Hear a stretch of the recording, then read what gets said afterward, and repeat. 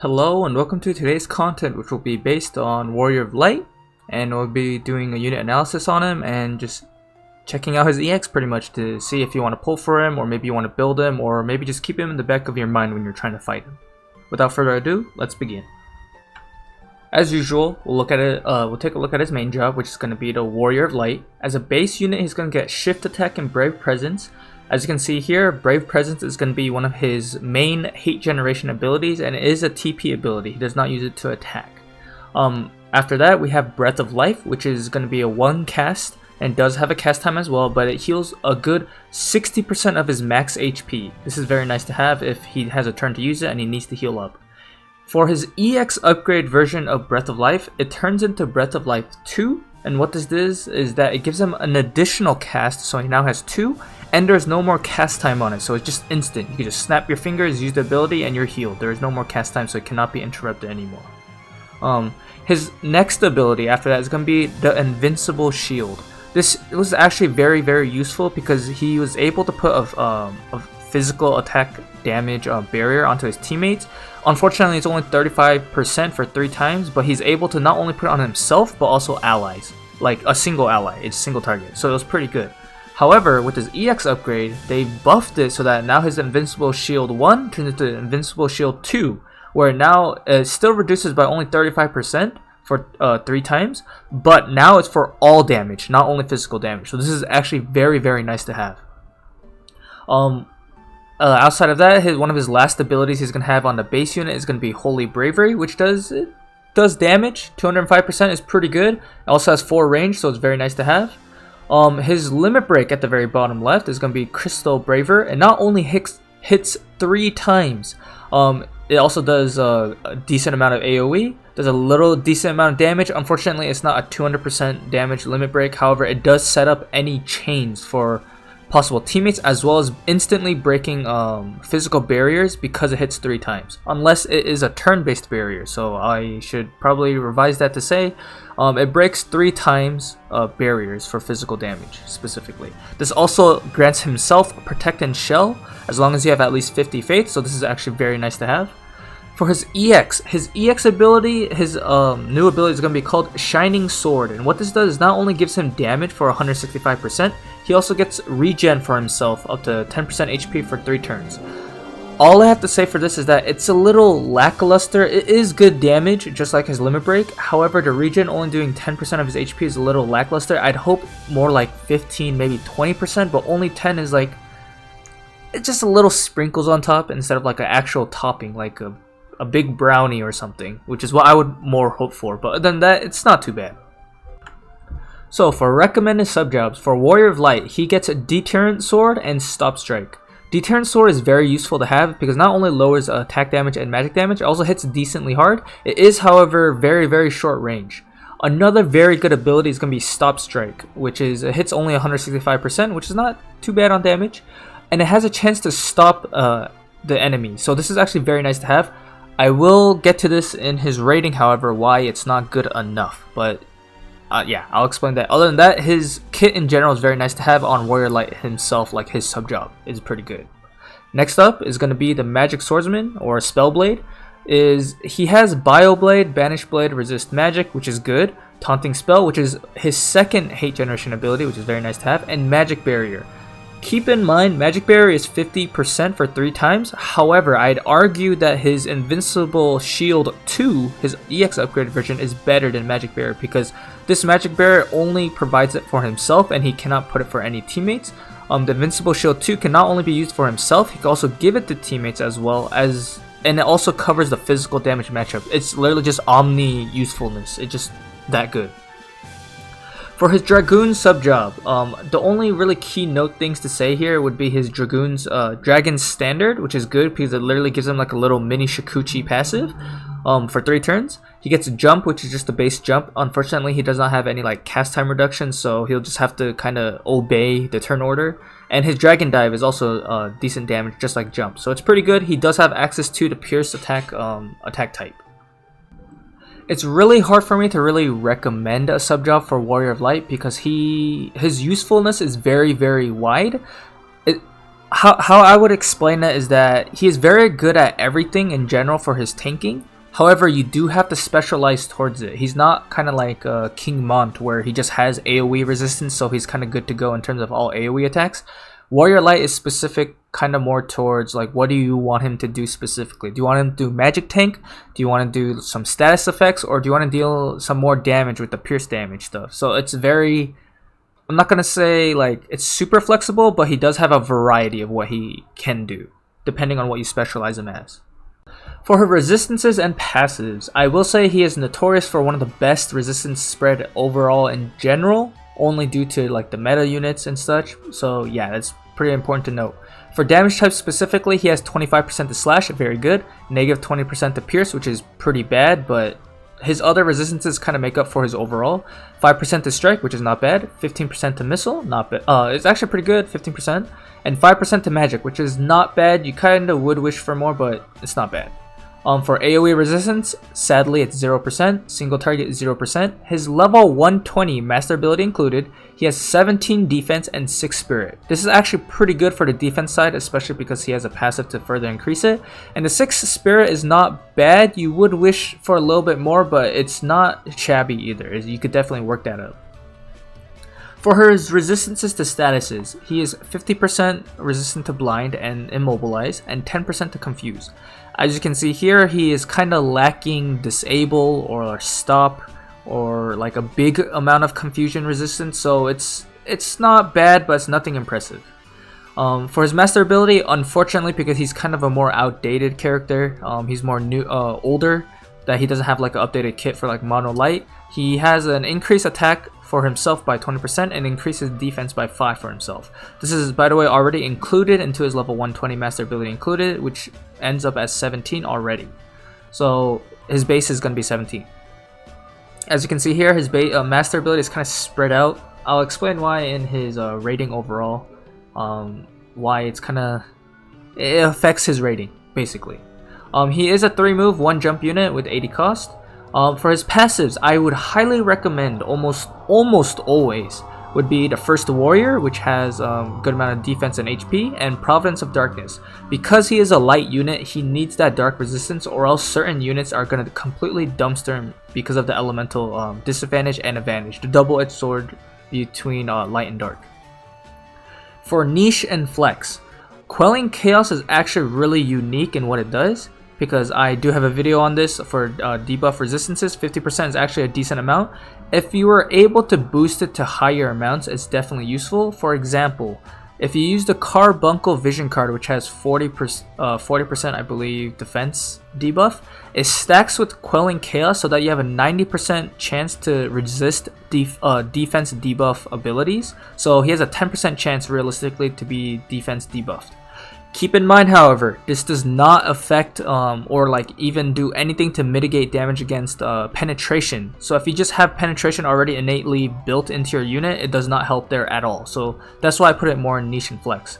Jump +1, obviously I put him in niche and flex because if you want to get rid of the other benefits, you can do that if you wanted. The HP up is very niche. I would rather just use First Warrior. You lose a little bit of HP, but you definitely gain 12 defense, which is significantly better in the overall aspect of benefits.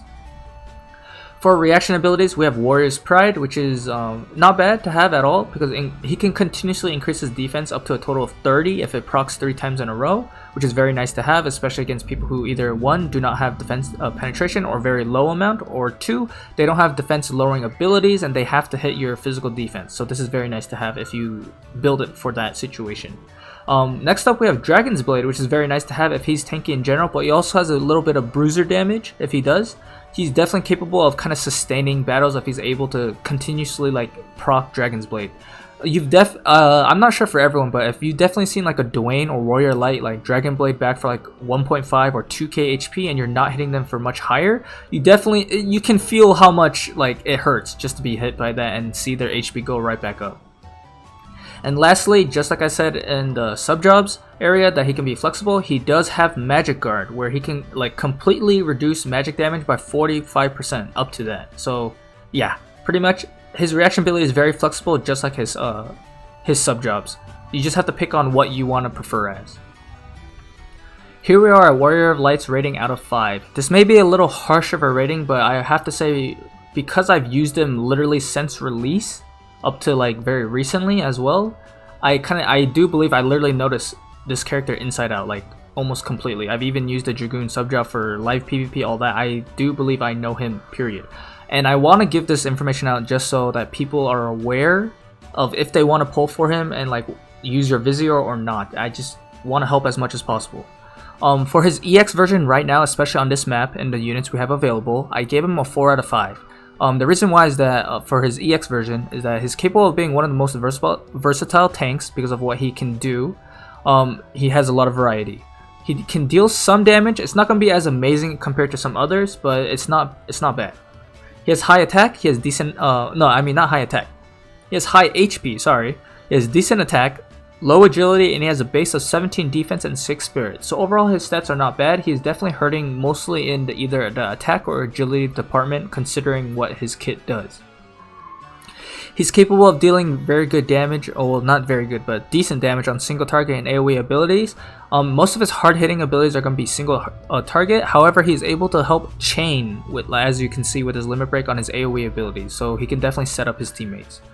He's able to grant shell and protect to himself with his limit break. He can sustain his own HP with Breath of Life and grant himself regen with his EX ability. He also has a barrier that is Omni barrier, basically, if you have him EX. He has magic resistance on a buff. He's also able to inflict stop and attack and a magic debuff on enemies with a sub job. So he just overall he has very good flexibility on what you want him to do. He doesn't get everything, so you do have to kind of pick what you want to bring with him.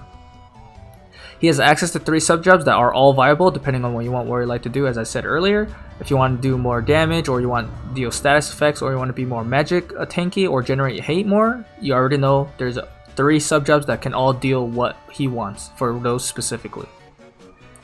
He does, however, not have 100% hit ability, so meaning like evasion and stuff, as just it's going to be good against Warrior Light, unfortunately. Anyone that does not have 100% hit or a very, very high accuracy is just gonna have a hard time against Warrior Light. I mean, it's gonna be a good time against Warrior Light. Sorry, I mean Warrior Light is gonna have a bad time against evasion units. His resistances overall, as you saw, was very strong, and it puts him in a decent category in almost everything except for Pierce. Definitely, if people know when Kayn came out, Kayn was capable of almost, if like you already seen it, however, he is capable of one-shotting Warrior Light if he's not built properly. As I said earlier, on his main job, he has an Omni Barrier at EX for 35% for 3 hits. He can also put it on allies if he wanted. It's not AoE, it is single target, but it's still very good nonetheless. So like units that don't have like barriers, such as like Yuna or something, if he puts a barrier on Yuna and she starts proccing Aeon Bond 3 times out of those 3 times the barrier hits, it's definitely useful. An example like that. He doesn't really have a barrier break. However, because his limit break is able to hit 3 times, he's able to break most physical barriers. For example, a physical barrier that he cannot break is going to be like 2Bs, because hers is reliant on 3 turns instead of 3 hits. He does have mobility options. He does have his jump up +1 on his passive, or he does have Dragoon standard, Dragon standard for the move 1, jump 1. He is flexible in that regard. He has 2 attack types, Slash and Pierce, which can allow for a little bit of flexibility. His Pierce may not be the same damage values as Slash, but it's still there nonetheless. He's also able to generate hate with 2 possible methods, which is either Brave Presence or constantly spamming Taunting Spell. For his future and longevity, and I'm looking kind of far out, like 3, 4, 5+ months, I do have to give him a 3.5 out of 5. I do believe he kind of loses a little bit of his value. The reason why is that his damage is mediocre at best compared to most DPS. Even the 100 cost tanks like Dwayne and King Mont, they significantly will out damage Warrior Light, unfortunately, because he's not able to keep up with them, because he's not only an 80 cost unit, but he's also an old unit that I believe did not get the Frederica treatment of EXs. He just needed a little bit more, in my opinion. His stats are kind of spread out overall as a unit, as I said.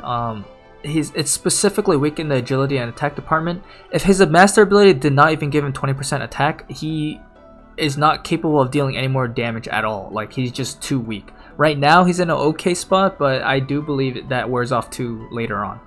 Another reason why it wears off later on is because he has no defense penetration, he has no imperils, this means it's super easy to mitigate any damage against Warrior Light in general. If you're trying to, like, obviously he's tanking, but his kit is also kind of like being capable of doing a little bit of damage, but it's very easy to mitigate damage against him.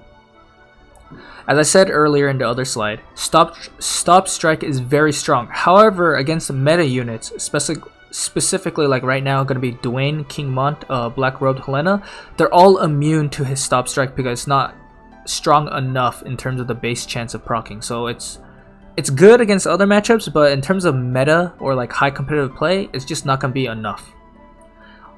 His master ability is quite outdated, despite having a very versatile kit. He is also, unfortunately, does not have any mono light buffs. So what this means is that he's not really providing for his team in terms of buffs. He's gonna be mostly like capitalizing on the mono light buffs instead.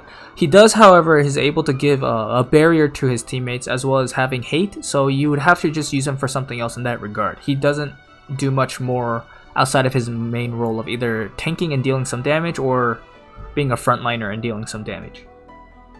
He does not have disable resistance, berserk resistance, no paralysis resistance, no stop resistance either. I didn't write it here, but it's there. No confusion resistance to a large degree either, so that means that the most important statuses are not really being mitigated, which is kind of sad because later on, I do believe around Final Fantasy VII, we not only get a lot more stuns, we also get more paralysis, and those are status elements that are going to easily just work on Warrior Light, and he does not really have much counterplay against it.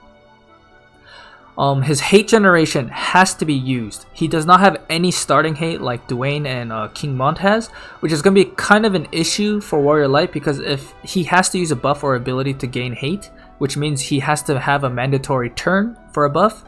He also cannot dictate AI until he has that hate buff on, as well as it can be dispelled. If you use a dispel arrow or like Halloween Leela's Limit Break or Celir Sweetheart version, she limit breaks as well, it gets removed and then he's just there as a body. He's just there because he doesn't have hate anymore. That means the other rest of the enemy team can just move up on your teammates. Keep that in mind. Try not to fight anyone that has a dispel, like specifically against the Warrior Light.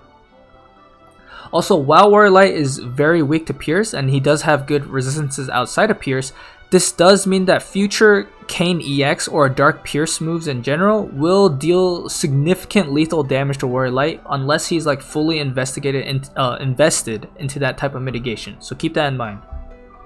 Overall, for his TMR Chase rating, I gave it a 2.5 out of 5. The Gauntlets of Light is an accessory, 322 HP, not bad. 18 accuracy is nice to have, but it's nothing crazy. 8 evade, 8 crit evade, those are kind of way too low to really be relevant. His Divine Light, the active ability on it, he can only use it once. Well, not him specifically, but anyone who uses his gauntlet specifically can. It can restore your HP and your max, it increases your max HP and restores that amount up to a 30% total, which is very nice to have. It also auto restores TP for a little bit. If anything, you would use this either for a healer that uses a lot of TP abilities, such as like Yuna, or if you have like a specific special Drain Force build, if you want to increase your HP by 30%, which is a good amount, especially if you have a Drain Force build, you could definitely use this. However, the overall TMR rating, you're not going to be using it very often in compared to many of the other TMRs that just have better usages and actives. So that's why I just have a 2.5 out of 5. I do not believe it's worth really chasing. If you want to for niche builds, that's fine, but I can't really recommend it in general. And stuff that can work well with Warrior Light. Obviously we have the light units here, but I do have to say, because Warrior Light is a light element, he is okay in a matchup to all other elements except for Dark. Dark he is either good against or bad against depending on your build setup. But with that being said, Yuna and Sakura are very, very good mages. Obviously, Sakura needs her EX still if she wants to keep up because she's very squishy right now and she doesn't have much counterplay to that outside of her Thunder's Protection buff.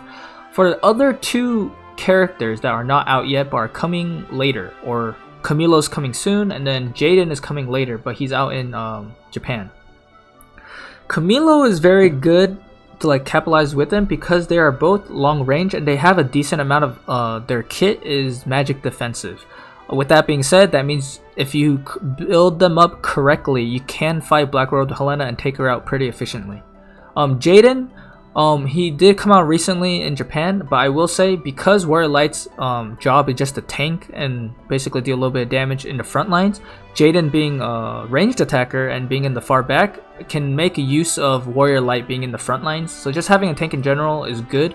You can use like other ranged attackers like Frederica, Victor, Winter, stuff like that, but you know what I mean. Like basically because they're light elements, they're able to capitalize off each other much more better.